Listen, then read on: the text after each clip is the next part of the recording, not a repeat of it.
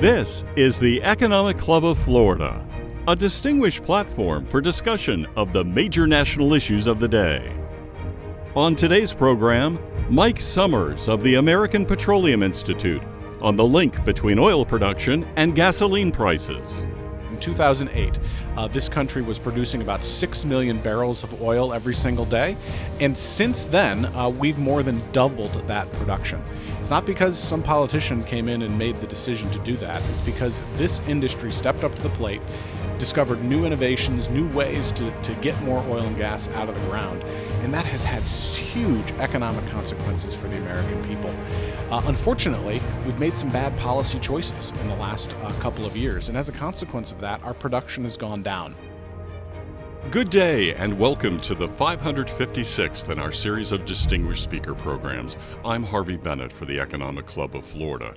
With the price of gasoline on a lot of folks' minds, we're happy to have with us today Mike Sommers, President and CEO of the American Petroleum Institute. Mike, welcome. Harvey, great to be with you.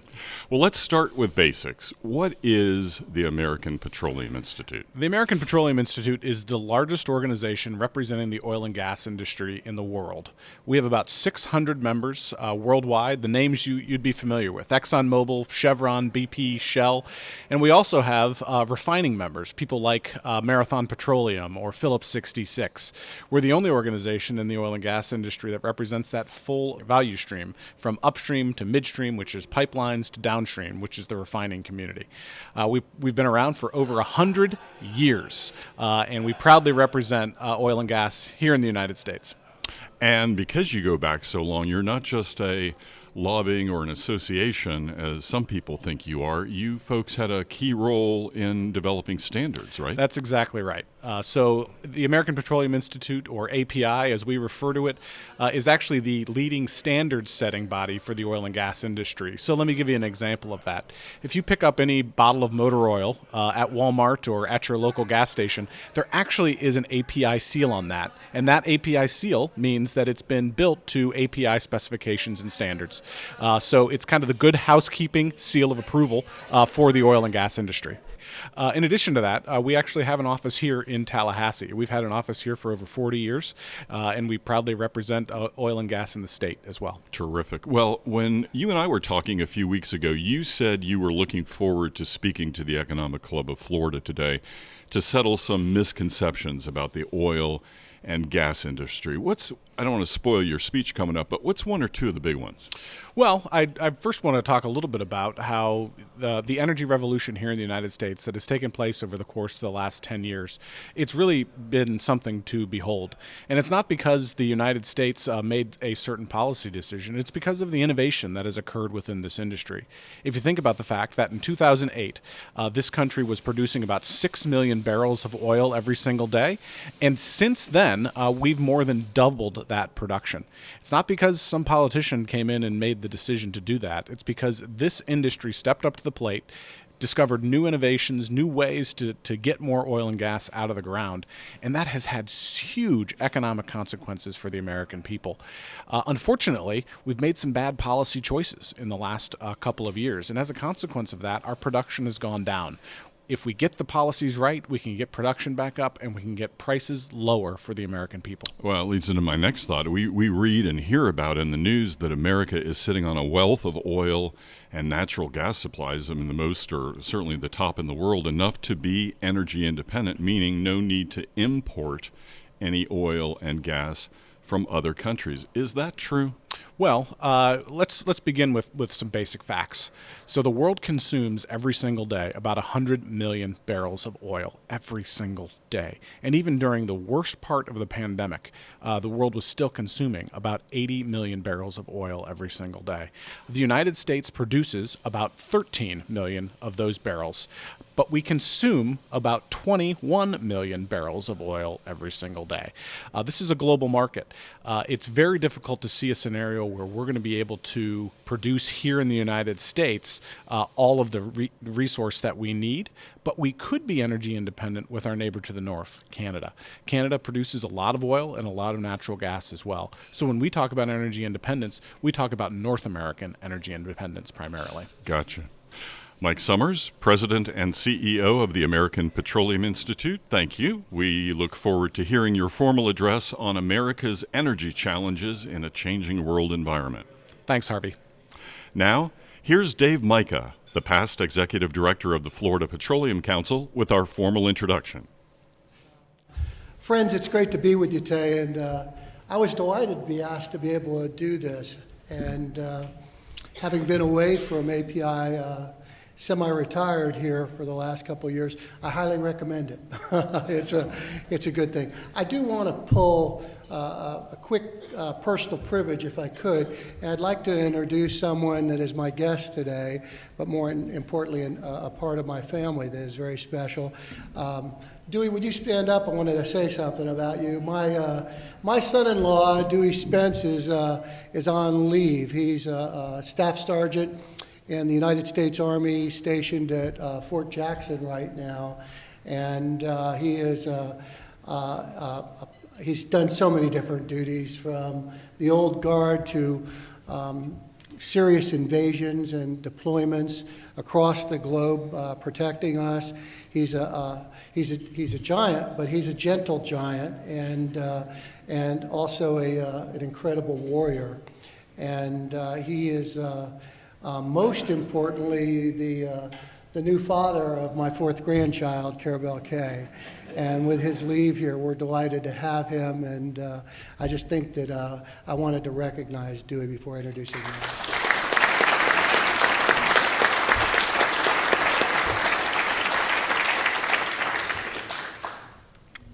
So there may be a segue to talking about Dewey. And if you'll go back just a minute with me to thinking about 1919. We had just come out of World War I, and the economy was beginning to recover. And our president at the time was Woodrow Wilson. And President Wilson, in dealing with the economic growth that was going on, realized that we had a burgeoning oil and gas industry in the United States that really could do a lot for us, and he called the leaders of this oil and gas industry together into Washington, not to yell at them about high prices, but to talk to them about the need for some standardization and getting things together so that this industry could grow to fuel America. And that was the beginning of the genesis. Shortly thereafter, the formation of the American Petroleum Institute, API. And I was going to take you decade by decade through that, but we don't have time for that. But we are where we are today, and the American Petroleum Institute and API represents all facets of the oil and gas industry. The only real association of its kind across the globe. And it represents about 11 million American jobs, which is a nice portion of our daily economy. Got about 600 members that are involved in everything. And with that standard setting type of thing, they fulfilled their mission for President Wilson in a big way. They have multitudes, hundreds of standards and best management practices that our members adopt, and across the globe they use these standards as well. And we don't think about them. Many of them are very highly technical standards, and many of them are adopted by governments at the local, state, and national level here and across the globe. And they create also certification processes for many of them that are adopted and become a source of income back to the United States, to API, for their use. And they're for the betterment of all of us. Mike's going to talk about some of that things, but they also are involved in several other things that are very important, because many of us just think of it as an advocacy organization, so much more than that. But they involve themselves in critical research to energy and our energy futures. Some of the most significant research known to mankind has come in other areas of energy beyond oil and gas through the oil and gas industry, and it's very important. It is a big deal. Mike's the 15th CEO of API, And since his appointment in 2018, he's taken on some really significant challenges, including some serious reorganizations of that organization to face the future. I know he'll talk about some of that. He didn't come to us, as all our other CEOs, I had the privilege to work for 4 of them over that years, with a slight background. He had a very extensive background, but he came to API from the American Investment Council, and working with the nation's biggest investment companies and capital firms and business partners. He's worked with former President Bush as a special advisor on the National Economic Council, and also served as Chief of Staff for the United States House of Representatives Speaker, John Boehner. And that's no small job when you got 435 folks out there. Mike was great in that. It's ironic that Mike was born in Naperville, Illinois, of which there's actually an oil refinery close to Naperville. So it was very close to him. As you've heard, he went to Miami University, and you've seen that in there. Like many of us, he married way above his head. Jill's incredible mother, and Mike is a great father as well. His office sits on the corner in Washington with one of the greatest views in our capital. It has 2 really incredible things. It has a great view of our nation's capital, which is spectacular to anybody who's been to Washington. So he can be on the phone and turn around and look and see our nation's face right there. But then if he turns just a little bit over there, he can still see his children's high school, where he still has one left there. I was talking to him there, and just think about his family as well. And I think that's a great, there couldn't be a better office than to have both of those kind of things. And he is really doing a great job with API. I want to ask you, if you would, to join me in giving a great Economics Club welcome to Mike Sommers.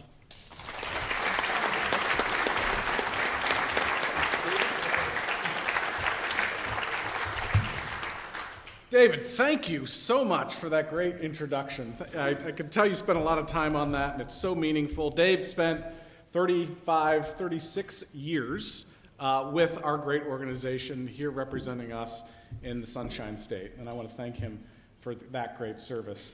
I hope we enabled his retirement. You did. That's great stuff. David, thank you. I also want to thank your great president, Lo. You hosted me for dinner last night. It was a great dinner that I had with some of the members, and I really appreciate your great hosting of me, and it's great to be here. I also want to thank Chairman Barney Bishop, who was a great host as well. It's great to be with you, and it was so nice to be with the trustees as well right before this at this esteemed economic club. So I really appreciate all of the hospitality. If you haven't met him already, I also want to introduce Gifford Briggs. Gifford came to us from the Louisiana Oil and Gas Association. Gifford is the new face of oil and gas here in Tallahassee. We've had a long-term commitment to the state of Florida, and to Tallahassee in particular. We have 4 employees here as well, and it is an honor to be in the state capital of the great state of Florida. The Sunshine State is always an important stop for me. As you know better than anyone, Florida's economy stands out among America's state economies because Florida is really doing a lot of things right. But even here, with so many good trends, there's still concern about the big picture. Everything we saw in the introductory video that was playing before I came onto stage shows what we could lose at home if we stop our march to energy independence. Right now, it's pretty natural to be concerned about the state of our country, our economy, and our national security. For one thing, we're seeing the harm that historically high inflation can do right here at home. No American younger than 50 has had the experience of high inflation like we're seeing today. Across the Atlantic, we're all following the news of a war in Europe. A war in Europe. That's something that I never thought that I would have to say in my lifetime. And the tragic scenes that we're witnessing are horrific to all of us that are watching them. It is in these times that I think we need to remember our history, particularly at the height of World War II. Britain, at that time, was also facing a severe energy shortage. Supplies from the Middle East, of course, were tight because of enemy movements, and oil tankers that were coming from the United States were under attack by German U-boats just off of our coast. England at the time had an oil field in what's now known as Sherwood Forest. What it didn't have were men with the experience to drill wells in that oil field. Crews and drilling rigs from a small town in Oklahoma went to Sherwood Forest during that time. They drilled nearly 100 different oil wells and quickly increased production by tenfold in the country of Great Britain. Everyone was, of course, amazed by the speed and skill of these men, and enemy intelligence never even noticed that it was happening. The job done, those men came home. It took time for recognition to come their way, of course, but now in Ardmore, Oklahoma, there's a statue known as the Oil Patch Warrior. It's an exact replica of the one that stands in Sherwood Forest to this day. Both monuments honor America's critical contribution to victory in Europe. And there's some pictures of these two statues right here on the slides. In times of challenge for our country, it never hurts to remind ourselves of moments like that, when American ingenuity made all the difference. So much in the world still depends on the United States of America, including our friends in Europe. So much of this nation depends on our ingenuity and the American oil and gas industry. That lays enormous responsibility on producers here, innovators, and risk takers that we represent at the American Petroleum Institute. And they prove every day that this is an industry that America and America's friends can depend on. We haven't always operated from this position of strength. For most of your lifetime and mine, America was a net importer of oil and gas. We built import terminals. We feared peak oil. And we were beholden to foreign producers for whom we sought to reduce our energy dependence. Then, horizontal drilling, hydraulic fracturing, and other breakthroughs gave us access to immense American resources. This changed the whole world's energy perspective. It changed it for the better, of course, because they want to depend on a stable regime here in the United States, not with hostile regimes to their east. Thanks to that American energy revolution, by 2019, we had become a net exporter of crude oil for the first time in 70 years. 5 years ago, the United States became a net exporter of natural gas, and we recently became the world's #1 exporter of liquefied natural gas. And by the way, that liquefied natural gas is going to our allies in Europe. Think about it. This nation has accessible oil and natural gas reserves to match any stretch of earth ruled by any regime or cartel. It was our goal for decades to break free from that dependence on foreign suppliers. We talked about energy security forever, and now we've finally achieved it. We worked hard to put America in that position of strength and greater energy independence. We would be foolish to ever give that up. And don't take it from me. Government estimates say that every day in this country, we use about 21 million barrels of oil. Throughout the world consumes 100 million barrels of oil every single day. In the depths of the COVID crisis, the world was still consuming 81 million barrels of oil every single day. Think about that for a minute. World economies had shut down, and the world was still consuming 81 million barrels of oil every single day. A generation from now, even with renewable energy, and even if every country meets their Paris Climate Accord goals, half of the energy in the world will still be from oil and natural gas. Setting ideology aside, most everyone knows that the world needs oil and natural gas in a big way, and will for decades and decades to come. The only question is where that oil and gas is going to come from. Facing energy reality through that prism, you quickly arrive at a moment of clarity about the irreplaceable assets that we have in the American oil and gas industry. We see friendly nations left vulnerable, and we never want to be in that position ourselves. We see Russia concentrating on the energy-rich parts of Ukraine, trying still to put more of Europe's fuel future in their hands. We see global demand overtaking global supply, raising costs for everybody. While some say inflation is transitory, we want to make sure that it doesn't become permanent. Yet, as complex as the economic picture might be, the simple precondition for lower energy prices is greater supply. As much as ever, we need to think hard about that economic truth and our energy future, and we must act. That means recognizing energy from natural gas and oil as the critical strategic asset that we know that it is. API is a bipartisan organization because energy production is a public good. And it's also in the public good that we act responsibly, that we're a partner as we clean up the environment. Democrats, Republicans, moderates, independents, liberals, and moderates. Not everyone in Washington agrees that we need to focus on this energy future. Often we find ourselves contending with a certain mindset that takes this industry for granted at one moment and then calls it to action the very next moment. As an example, the U.S. recently put forward a pledge, one that we applauded, that 65% over the next 6 years of our exports would be going to Europe. We believe that it can be done. And yes, we are, as an organization, all for that presidential commitment. But in this case, the tools and the levers to meet the goal are held up by Washington, D.C.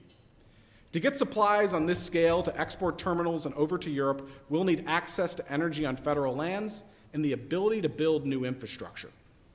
That means laying miles and miles of pipelines and getting the federal and states to do that permitting as well. When you mention details like this, it gets very politically complicated. But that's just the reality. If Europe's going to get the energy, then America will need infrastructure to get us there. Another example of the same mindset came recently when our Secretary of Energy told an energy conference in Houston that America needs to pump more oil. That was important to hear, but at the same time, we need to address policies that are impeding new investment to oil and gas here in the United States. Contradictions and mixed signals only cause uncertainty, and they set our country up for more trouble down the road. We can't treat oil and natural gas as a kind of switch that is turned off when the moment suits us.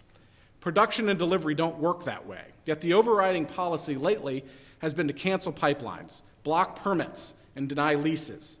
All of those things discourage investment in the American oil and gas industry.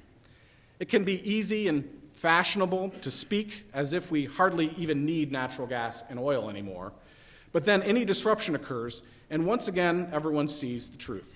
And we're seeing that today. Suddenly, some policymakers want to flip the switch on again, but only for a short amount of time. In fact, there was one lawmaker who said that they wanted us to increase production just for this year, as if that is something that we can do without a long-term investment approach. For instance, critics say that oil companies have all the access they need, but simply aren't using it. You may have heard this from the presidential podium. Supposedly, producers are sitting on some 9,000 unused leases. The misconception here is that a lease is all you need to start producing. In reality, there's a long list of other steps and approvals that follow, and lately these hurdles have only gotten higher. For that matter, even with the full go-ahead, it can take years to get a well from discovery to production. Right now, there are nearly 100,000 active wells on federal lands. None of them came easy. And when a lease has economic value, the last thing any company wants to do is to sit on it. The real problem here, as everything in Washington, D.C., is red tape. We actually need more lease sales and permit approvals onshore and offshore if we're going to keep production in line with what we know is going to be future demand. Likewise, we're told that oil companies are somehow holding back on energy development. The truth is that production is at or near its highest level in 2 years, and the industry labors to keep pace with post-pandemic recovery, supply chain snags, and other issues. In fact, America's largest oil and gas producers have already committed to investing $168 billion in 2022 alone in new energy production. That is not holding back. But it doesn't help that in the investment environment when policymakers came to office campaigning to transition from the oil and gas industry. Then there's the charge that oil companies are setting prices. You may have seen a recent hearing on this. This ignores the ongoing interaction of supply and demand in a global marketplace. Oil prices can be hard to predict, as disappointed speculators learn all the time. I'll remind you that in April of 2020, during the heart of that pandemic, we were actually dealing with negative oil prices. People were paying people to take oil off their hands. What brought prices to where they are now is a combination of bad policy, the pandemic, and lately, the war in Europe. These conditions led to one new policy that we recently heard from Washington, to take 1 million barrels a day out of the American Strategic Petroleum Reserve. But this is a short-term measure. So it's reasonable to ask, why simply increase oil supply as a temporary measure by government when America has vast resources under our feet that can supply that oil and gas on an ongoing basis? To point out the obvious, we're dealing here with short-term thinking. America doesn't want short-term solutions from Washington. They want long-term solutions for the development of resources right here at home. But there is one upside. As more Americans face the consequences of bad policy, the elements of good policy become much more clear to the American people. We have an opportunity together to recenter the energy discussion with basic realities and good common sense as our starting point. Thankfully, Washington can help our industry do 4 things fast. And those of you who have regularly write or call your congressman, I'd encourage you to call them now to talk about these 4 things. First, we call on the administration to develop a new 5-year offshore leasing program to replace the one that is scheduled to expire in June. We can't do any activity on the offshore in the Gulf of Mexico without this 5-year plan in place. The one that expires in June, we can't do what we need to do to develop these resources for ourselves without a new 5-year plan. Second, the administration should hold onshore lease sales on federal property as required on a quarterly basis under the Mineral Leasing Act. Let me put this in perspective a little bit.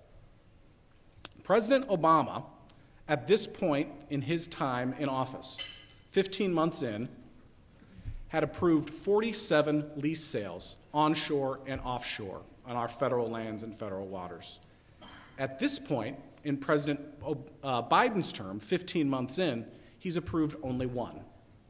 And that one was overturned by a federal judge. The Biden administration has chosen not to even appeal that decision by the federal judge. That was left to the American Petroleum Institute.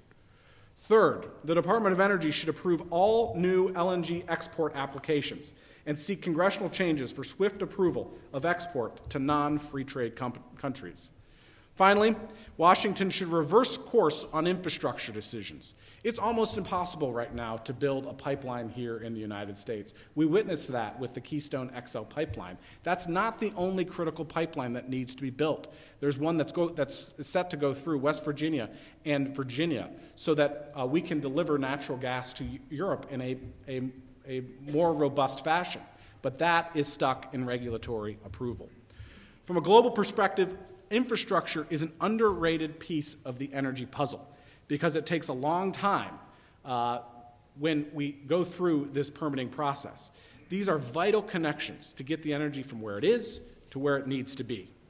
Indeed, in Europe, our friends are questioning some fundamental energy choices that they've made over the course of the last few years. The German government, for one, long insisted that there was no downside to having more than half of its imported gas coming from a pipeline out of Russia. They and others have now learned the hard way that when it comes to energy, you never want to rely on regimes that are hostile to your interests. Consider this. In response to Russia's invasion, Western governments have basically banned all oil imports. We could have not have done that without counting on American supply. It is because that of this industry, where we increased production here in the United States, that we were able to cut off the 500,000 barrels a day that were coming from Russia. We would not have been able to make that choice were it not for American production. Germany can't make that choice because they don't have their own supply at home.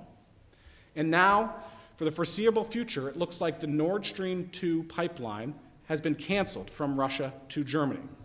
Germany is in urgent need of more energy supplies, as is the rest of the European Union. Here, too, American producers have more than enough capacity to cover this supply need that they have on the continent of Europe. In previous years, the EU has been importing about 40% of its natural gas from Russia, and the Russian government has used this energy as a weapon against the EU. What helps Europe mitigate against this is the knowledge that energy from Russia can be replaced by energy here in the United States. If America doesn't control its energy destiny, our fate will be in the hands of others. That alone is a powerful argument for increasing supply here in the United States. Energy policy does not have to be a series of endless crisis-by-crisis movements. Our aim should be to avoid crisis by shaping events instead of being shaped by them. Unrelenting innovation has also made for incredible progress of another kind. As we transition from coal to natural gas, the United States has become the world leader in reducing CO2 emissions since 2000.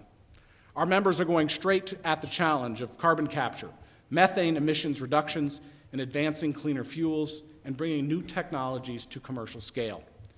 Energy use can be cleaner, energy production can be cleaner, and energy transport can be cleaner. Pursuing those three goals has made this industry better in all that we do. After all, it's always easy to proclaim new objectives, mandates, and target dates on climate. But none of that will get us to where we want to go. The real and tangible environmental progress the oil and gas industry is pursuing is what we should be pursuing as a country. We know that climate change is a challenge, and we're ready to step up to that challenge. And it's worth remembering that some other oil and natural gas producing countries don't match our progress because they don't match our standards. Whenever we import energy instead of using our own, we're choosing not just the resources, but the safety and the environmental practices that go with them. It's very clear that the energy we produce here in the United States is the cleanest in the world. And we know that the world's going to continue to need it and continue to consume American energy, and that's good for the environment. There's a final reason why we all have a stake in America's energy leadership.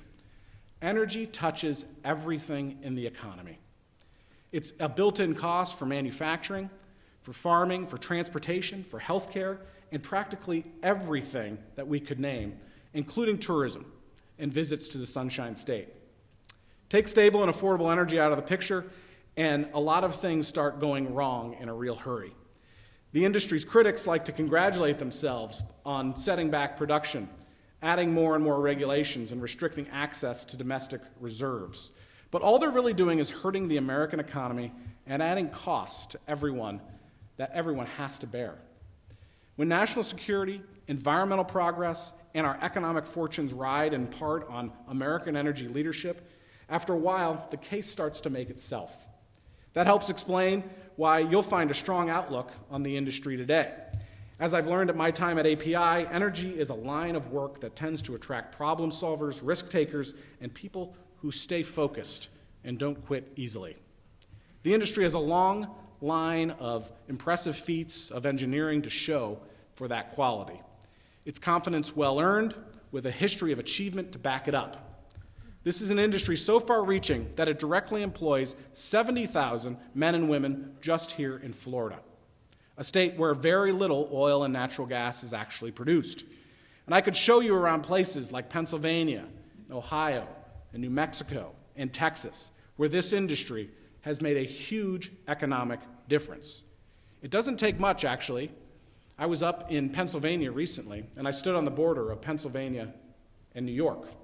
New York has decided they're not going to pursue their energy future or their energy resources. On one side of that state line are brand new Ford F-150s, and a new coat of paint on the barn. On the other side, it is not that same economic future.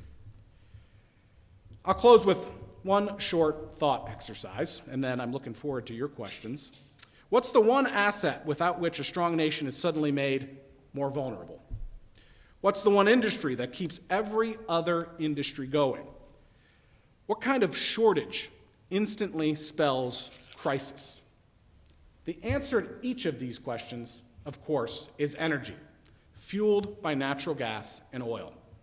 And the good news, at a time when we're all looking for some, is that no country is better positioned to provide energy security to the Western world than the United States of America.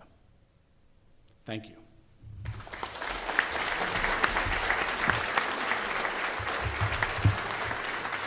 Thank you, Mike. So he's agreed to take a few questions. Joel's going to make sure the microphone is on and working. If you're a member of the club, feel free to queue up and let's ask Mike some hard questions. Who's first? Thank you, Mike, for joining us today and for your comments. Would you care to elaborate a little bit on the wisdom of removing 1 million gallons of gas per day from the strategic reserve? So we are in a time of energy crisis. One of the problems that we've recently seen with the Strategic Petroleum Reserve is that it's actually not used during times of energy crisis. Congress oftentimes uses the SPR as what we call in Washington a pay-for. In fact, there have been a couple of bills recently that mandated sales from the Strategic Petroleum Reserve to pay for something else.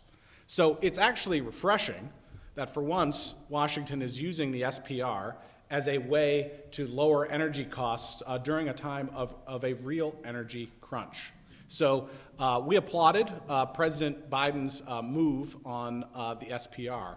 At the same time, it has to be paired with real policy decisions that ensure that we have supply in the future. The SPR only has so many barrels of oil in it. And if we continue to draw that down, we're not going to have it for a real energy pinch if the conflict continues in Europe. And by the way, if the United States gets drawn into that conflict. So it's a short-term solution when I think that the industry and our country actually needs a long-term energy solution. And by the way, at the American Petroleum Institute, despite our middle name petroleum, we're an all of the above energy association. We know that our energy future is going to include more renewables and more ways to power our economy. And we want to make sure that those solutions are available because guess what? Energy use is going up. How many of you expect your energy usage to go down in the next 50 years? In fact, the International Energy Agency expects that energy use is actually going to go up 50% by 2050. Where's that oil, and where's that natural gas, and where's that energy going to come from? We want to make sure it comes from the United States. In addition to that, we're going to have 2 billion more people in the world by 2050. So energy use is going to go up very significantly. So we're going to need all sources of energy to power economies around the globe. SPR, though, is just a short-term fix. We need a long-term energy policy that advances American-made energy from oil and gas and other sources as well. Great. Barney? Barney. Mike, thank you for your comments. I have 2 questions. Number one, could you share with us a little bit about what the perception of your industry is with regard to financial institutions and investors getting hopefully a green light about investing in energy production? And then number 2, I'd like to help on the price of gasoline. I live on an acre. Could you help me get an oil rating? Not every acre has oil, unfortunately, Barney. So let's think about this for a minute. The investment community has not been a community that has necessarily been favorable toward the oil and gas industry in the last decade. And one of the reasons is that the oil and gas industry wasn't returning a lot to investors. Let's be honest. There was too much development going on, prices were too low, and we weren't returning the amount of money that needed to be returned to investors for a good profit. So that was a challenge that the industry has had over the course of the last decade. Here's the challenge, though. To meet future energy demand, as I said, even if every country were to meet its goals under the Paris Climate Accord, to meet future energy demand, estimates are that we need to be investing about $500 billion every year into new energy sources, oil and gas sources. Unfortunately, that number has been trending downward, not upward. So during the pandemic year, it was under $250 billion. This year, our companies, just our companies, have already committed almost $200 billion. But we need more investment in this industry just to keep up with future energy demands so that we're not dealing with supply shocks and increased prices.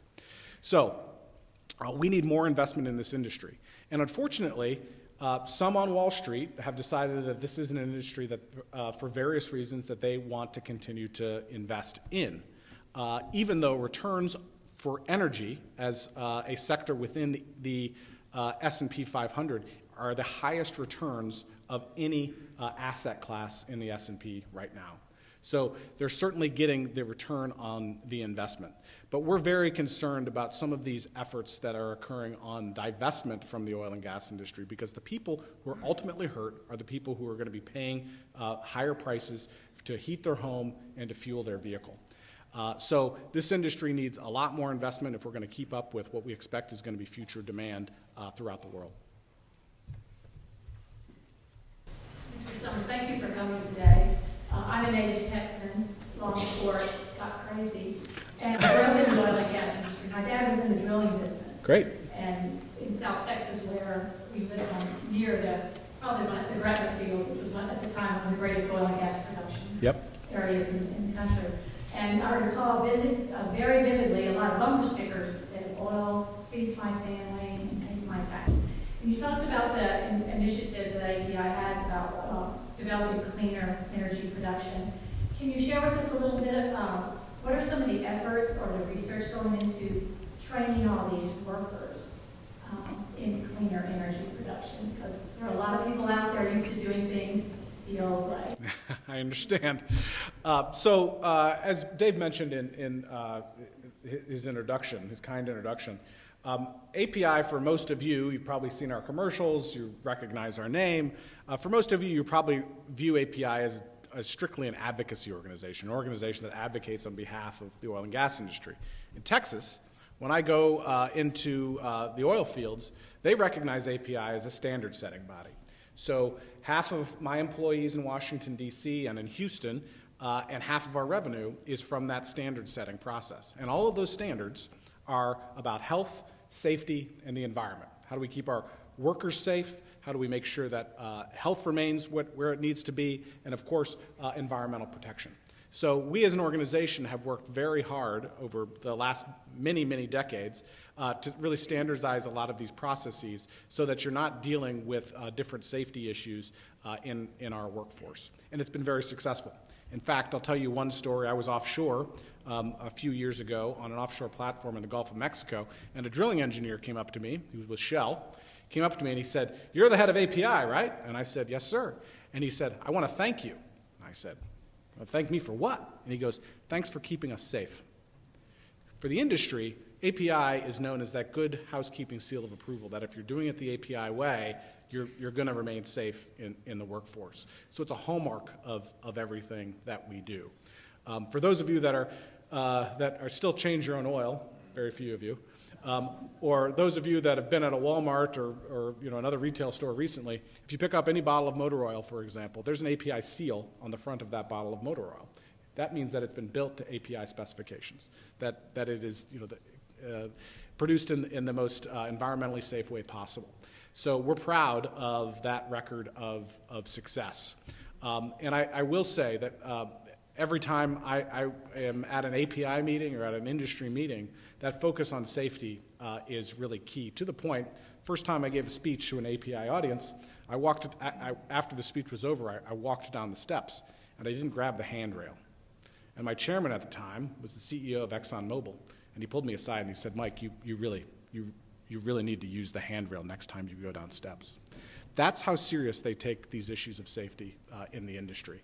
And yeah, I mean, I do think the reputation of the industry is similar to the one that you referenced of, a bunch of wildcatters in the Permian Basin, drilling every hole possible. But this industry has made significant progress on worker safety, both onshore and offshore, and in part thanks to those API standards. Thank you for your comments today. Two questions for you. On national security, what's the vulnerability of our domestic security when it comes to our refineries?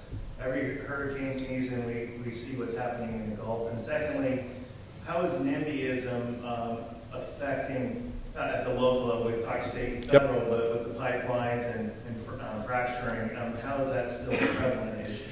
Yeah, so the first question is on the refining community. So API doesn't just represent what's called the upstream, the exploration and production, but the downstream as well, which is our nation's refineries. And during hurricane season, you all know hurricane season better than anyone, a number of those refineries are on our Gulf Coast. And have to shut down as a consequence of those refineries. In fact, there was one that was so badly flooded last year that they decided not to reopen. But they have very significant safety protocols, both in our refineries and our offshore platforms. And again, we have API standards to deal with how to deal with an emergency situation like a hurricane.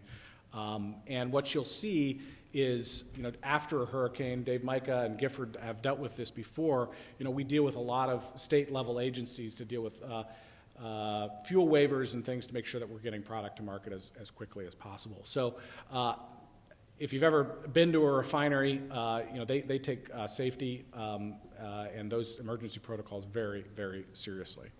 The second question was on so-called "not in my backyard" NIMBYism. It's a huge issue. I actually don't call it NIMBY anymore. I call it banana. You know what banana stands for? Build absolutely nothing anywhere near anybody. And it's a huge challenge. Less so because we usually produce in areas where there aren't a lot of people. North Slope of Alaska, the Permian Basin. Even our production in Colorado is nowhere near any national parks or the mountains of Colorado. So it's less of an issue for the exploration and production of oil and natural gas, and more of an issue of how you transport it. So all of these pipeline fights that we have to build new pipelines are all about people who don't want pipelines going through their backyard.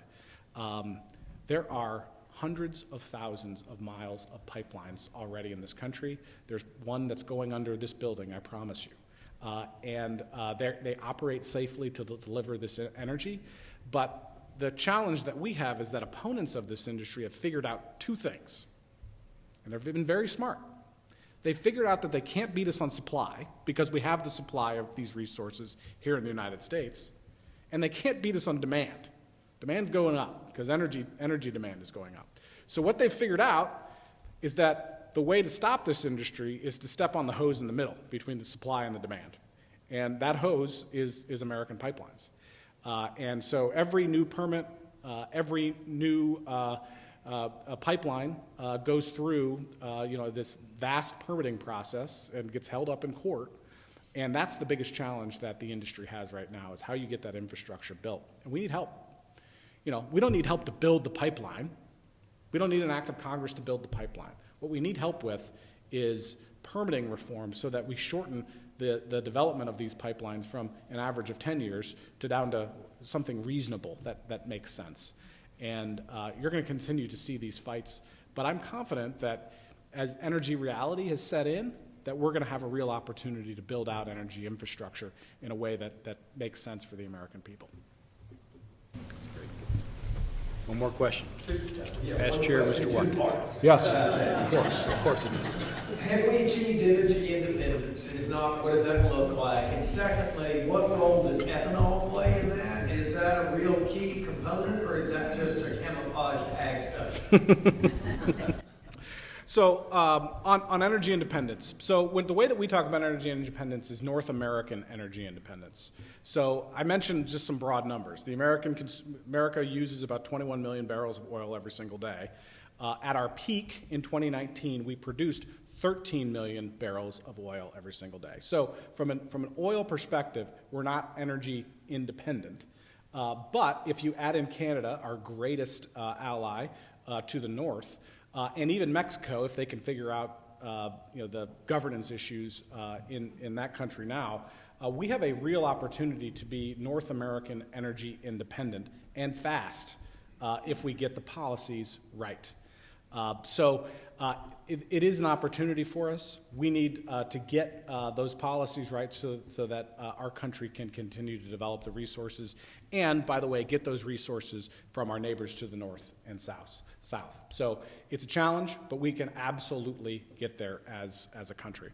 And part of energy independence also is building out other energy sources as well. That includes nuclear and more renewables and other sources of energy.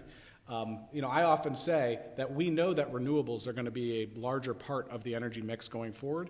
Our opponents don't acknowledge that oil and gas is going to be a significant part of the energy mix going forward. Second question's on ethanol. There was a big announcement last week about expanding ethanol into our fuel mix for the summer months, going from E10, 10% ethanol, to 15% ethanol at gas stations that currently have the ability to do it. How many of you have a boat? You're in Florida. Anybody got a boat? Why is your boat in the shop? It's because of ethanol, most of the time. So current engines have difficulty running on 10% ethanol. I would not, if I were any of you in this room, if you see E15 and you drive a car that's 5 years or older, I wouldn't be putting that E15 in my vehicle. The other issue is, Ned and I were talking about this earlier, the other issue is you're not going to get as many miles per gallon if there's more ethanol in the gas tank. This industry has accepted that ethanol is going to be a significant player for decades and for many, many decades ahead. And we work with the ethanol industry when we can.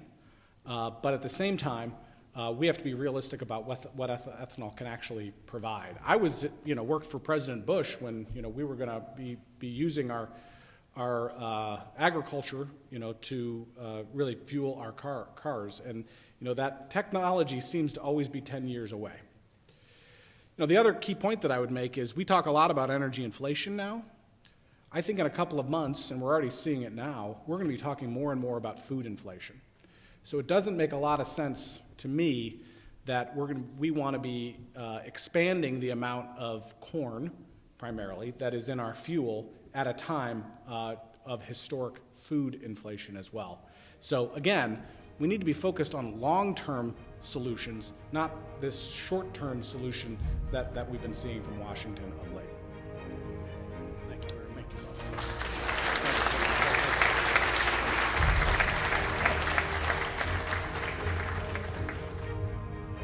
You've been listening to Mike Sommers, President and CEO of the American Petroleum Institute, speaking before the Economic Club of Florida on April 14, 2022 in Tallahassee, Florida.